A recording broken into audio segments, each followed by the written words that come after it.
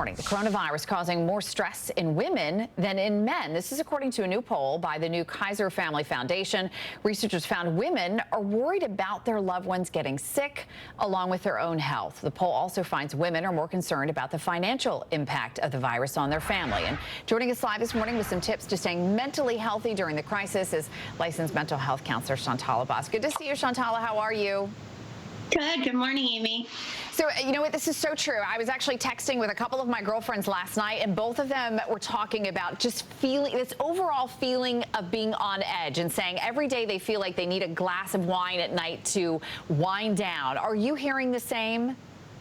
I am, and actually substance abuse is at greatest risk during times like this, and due to past studies of situations where there have been quarantines, there has been a rise in substance abuse, serious stress, and anxiety in people that did not have mental problems before. So the concern is going forward that people who already struggle with anxiety is going to be increased, and people who did not even have that anxiety before, it's really going to start showing up in a lot of different areas. All right, so we know that, having that glass of wine every night is not a good option for us. So what do you recommend instead? How can we sort of allow ourselves that peace of mind that we so desperately need?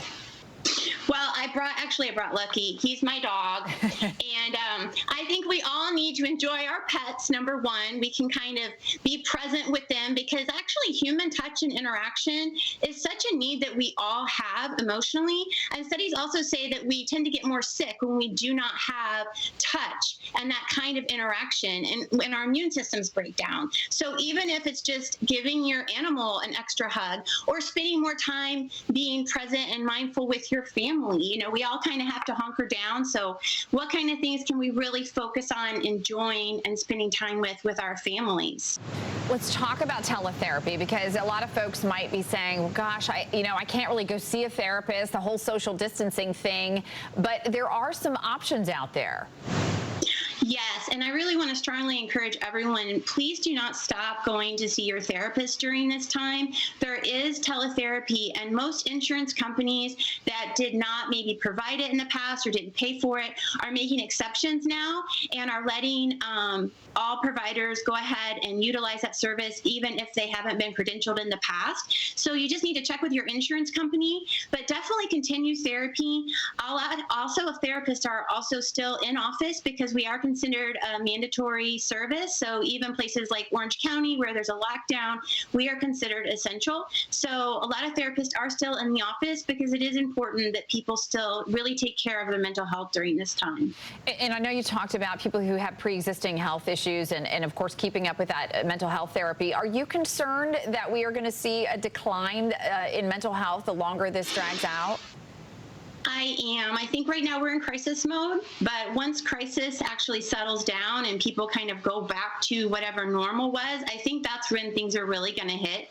And so that's why I really want to urge keeping consistency and taking care of your mental health now, because the after effects of this could be more extreme, and we want to make sure we're taking care of ourselves overall right now so that we can have more preventative measures. Just going outside, getting exercise, eating healthy, looking at maybe starting up a new hobby or enjoying things that maybe we hadn't in the past, and really trying to keep connected with our friends and family, because even though we're physically isolated, we don't want to be socially isolated, and we don't have to be, not in this day and age. So keeping up with those things. Yeah, you're so right. And thank goodness for FaceTime and all the other apps that allow us to see the other people on the other end. So thank you, Shantala Boss. We're thankful that we were able to Skype with you today. Great to see you.